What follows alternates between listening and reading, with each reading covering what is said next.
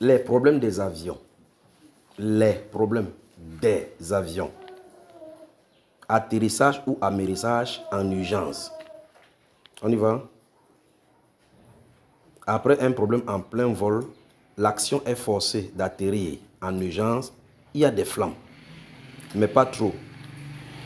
Donc, le Saint-Esprit avertit que les vols auront trop de problèmes à partir de 2024.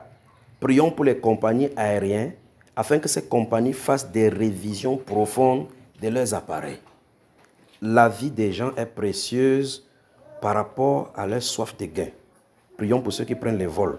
Ceci ira croissant dans le monde, dit le Seigneur. Donc vous allez entendre en 2024 qu'il y a telle compagnie a un problème, telle chose a un problème, tel avion a un problème.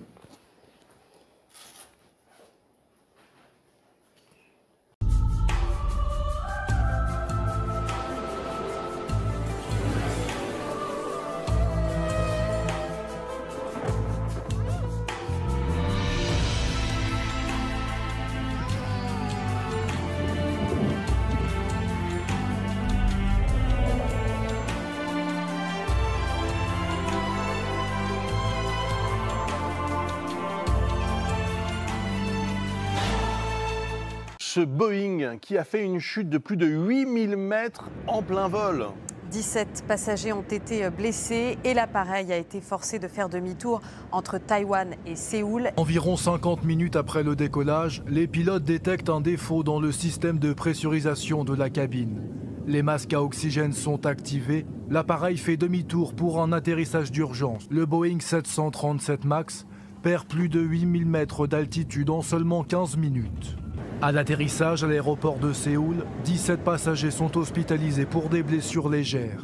Un nouvel incident après une série noire pour Boeing. Décrochage d'une porte en plein vol, train d'atterrissage défectueux et sortie de piste. Les incidents impliquant des appareils Boeing continuent de se multiplier. Le patron de l'avionneur américain a été interrogé mardi dernier par une commission d'enquête au Sénat, reconnaissant la gravité de la situation. Roger. Keep your aircraft, sir. I'm not sure where it's coming from. Roger. Holy crap! Got an engine fire.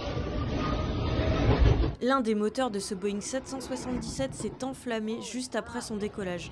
Cet avion Canada Airlines venait de décoller à destination de Paris avec 389 passagers à son bord lorsque des flammes sont apparues au niveau de l'un des moteurs. Holy shit! L'appareil a volé à basse altitude et fait demi-tour, le temps de réatterrir sur le tarmac de l'aéroport de Toronto, 50 minutes après son décollage. Aucun passager ni membre de l'équipage n'a été blessé. Le transporteur aérien a indiqué que l'avion serait inspecté avant son éventuelle remise en service. Ces derniers mois, les incidents se sont multipliés sur les Boeing. Début mai, un Boeing 767 avait dû atterrir en urgence sur le ventre après une panne de son train d'atterrissage. This is about systemic change, and there's a lot of work to be done. Our goal is to make sure that Boeing makes the necessary changes and has the right tools in place to sustain those changes. Holy crap! Got an engine fire. Holy